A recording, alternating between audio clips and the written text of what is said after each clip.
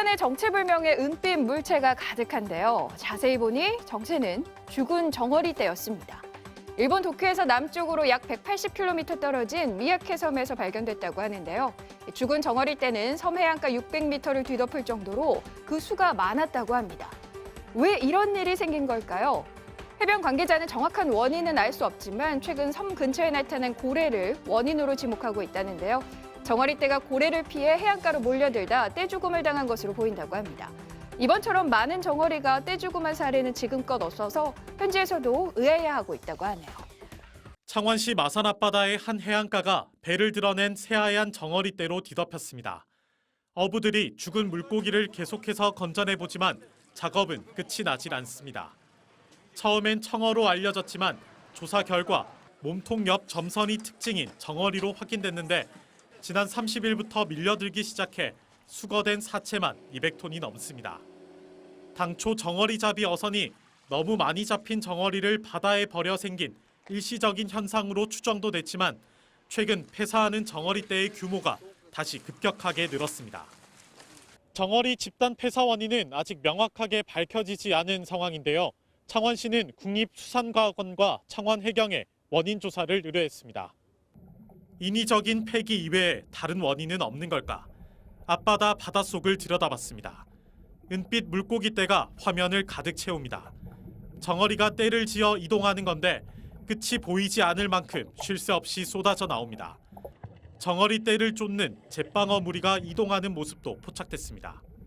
최근 5개년 어획량 변동을 보면 1월과 3월의 어획량이 높고 가을철 어획량은 낮았던 것으로 조사됩니다. 따라서 10월 마산만 정어리의 대량 유입과 집단 폐사는 이례적 현상으로 보입니다. 바닷속 용존 산소 부족도 폐사 원인의 하나로 지목되지만 다른 어류들은 폐사하지 않았다는 점에서 이번 집단 폐사가 더욱 이례적인 현상으로 받아들여지고 있습니다. 국립수산과학원은 이번 주 안에 정어리 집단 폐사 원인에 대한 조사 결과를 내놓을 예정입니다. MBC 뉴스 이재경입니다.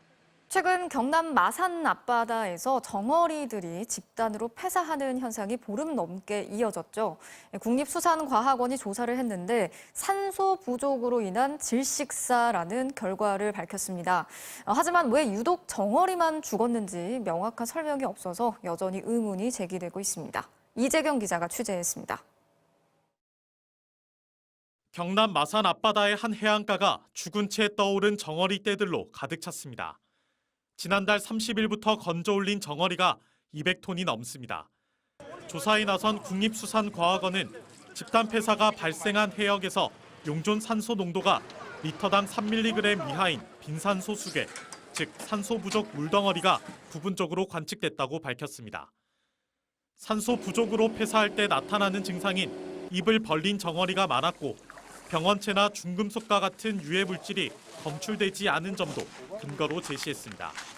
이번 정어리 집단 폐사 원인이 산소 부족이라는 국립수산과학원의 조사 결과가 나왔지만 여전히 의문은 남습니다. 움직일 수 있는 물고기는 더 많은 산소가 있는 곳으로 이동해 살 수 있는데 왜 유독 정어리만 집단 폐사했냐는 겁니다. 왜 정어리떼가 이렇게 많이 들어왔나에 대한 의문도 생기잖아요. 이런 의문도 하나도 해결되지 않았고요. 어민들도 너무 많이 잡힌 정어리를 버려 생긴 현상이라며 조사 결과에 의문을 제기합니다.